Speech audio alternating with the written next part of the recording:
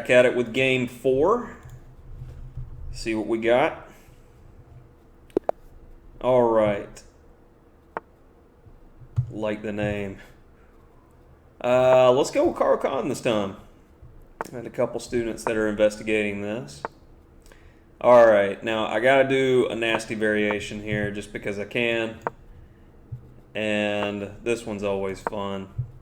Nice positional variation for you. I think you're supposed to play h5 here. I never can remember, but it's gonna be okay. We get our bishop outside the chain, and we're looking to just be annoying in the long term here. But I don't want you to do that, so let's do that. Oh, no, not the pawn. What are you doing?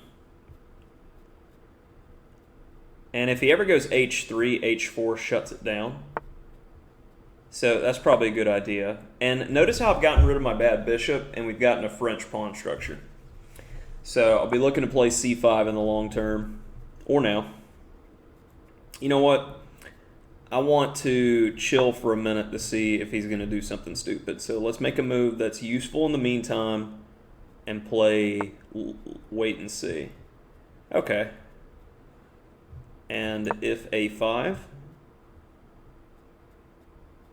if a3, pawn takes, bishop takes. So you give me an open file for my rook. That's very nice of you.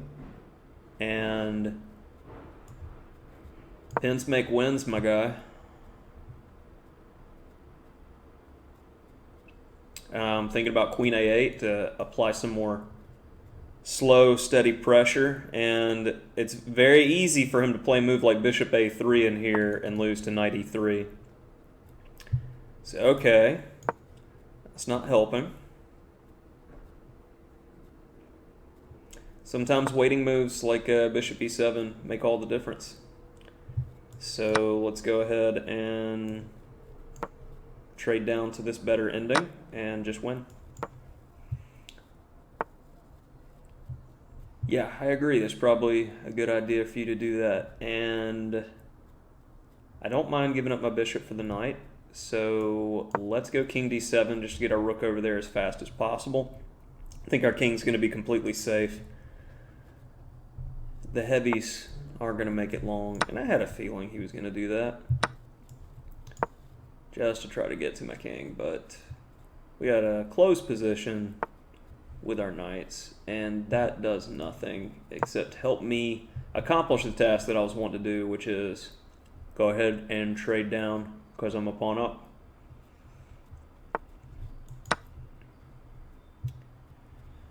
And what's going to be the best path? I want the knight there, so I'm going to go knight a8, knight b6, knight c4.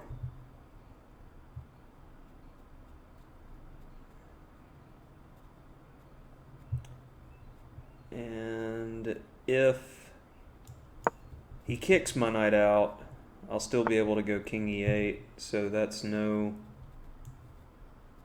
problem whatsoever. And why did I do that? That's not good.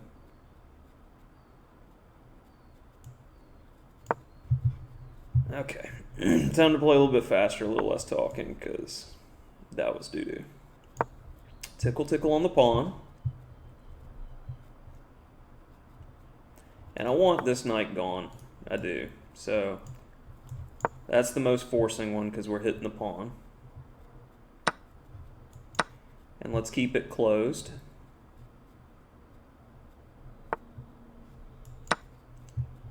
This was expected. And he's just going to dance around until he becomes great again. What's your bishop doing? Nada.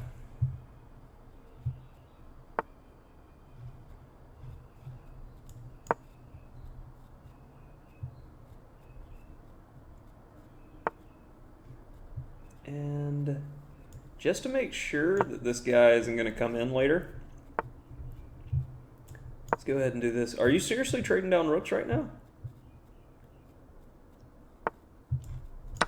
You are, and you're suicidal. because every single one of my pawns is on the opposite color of your bishop. Okay. Let's go here. And this is a winning king and pawn in game if he trades everything.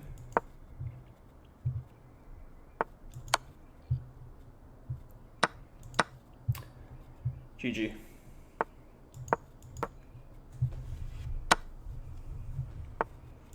Let's do some cleanup.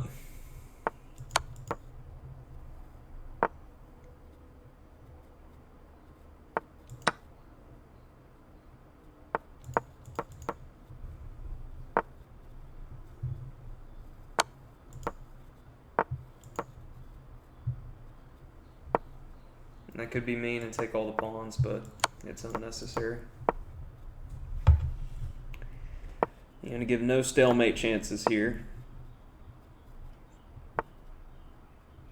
So, let's do that.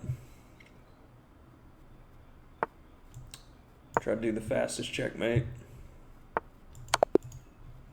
There we go. Alright, so. Sorry, no, not in the rematch business. I hate doing that too, because I always feel like it's bad etiquette. You need to play a set with somebody, but we're giving multiple people opportunities today. And there's a lot of lines to play against the advanced Caro Kann. Of course, the most popular is bishop f5. The secondary move is c5. Mixed results. The theory's still out on that. I kind of like white in those positions. But bishop f5, like, everybody's been doing the short approach. Like in the Pro Chess League in year 1, watching Lemire Dominguez just like dismantle people. And I know there's some games in the database with Caruana who tried to play h6 g5. So it's like when I'm talking about the short variation, it's just like this simple type approach with bishop e2, knight bd2, b3, etc., or even going knight d2, knight b3 to stop c5 stuff. And then black's been doing the idea of h6 g5, but white's still just like dominating in these types of positions lately. So I'll fool around with odd positions like knight a6. And it's like, well, what's the point? Well, what if he captures? That's a good question.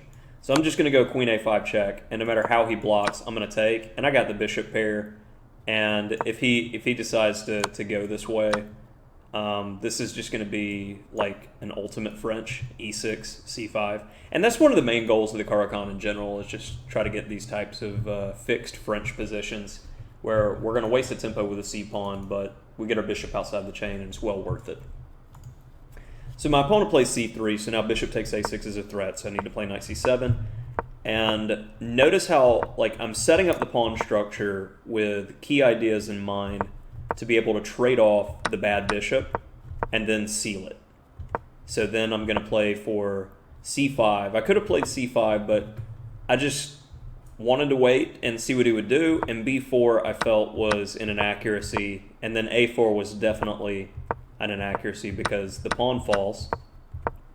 Now the rest of the game is just not allowing any counterplay by my opponent.